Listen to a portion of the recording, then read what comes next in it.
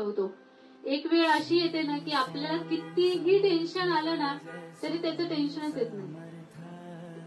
शब्द नाही समजा, कितीही टेन्शन आलं ना तरी त्याचं टेन्शनच येत नाही. हा मेडिटेशनचा फायदा आहे.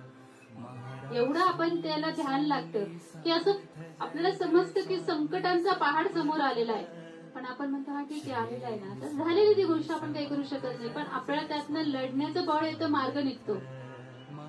पण आपण मेडिटेशन मध्ये नसेल, अध्यात्मामध्ये नसेल, साधनेमध्ये नसेल ना, तर काही अडचणी आपल्या आयुष्यामध्ये आल्या तर आपण काय करतो की त्या अडचणी जेवढ्या आहे ना त्याच्यापेक्षा दुप्पट तिप्पटीने आपल्या टेन्शनच आपण अर्धे होऊन जातो.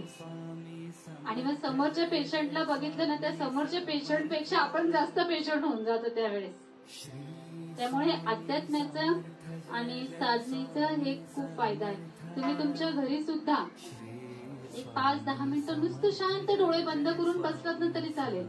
त्यासाठी गरज नाहीये तुम्हाला की विशिष्ट जागा पाहिजे, विशिष्ट ठिकाण पाहिजे. हा पण मग तुम्हाला सकाळी किंवा संध्याकाळी तरी जमलं ना आसनावर बसून करायला तरी चालेल.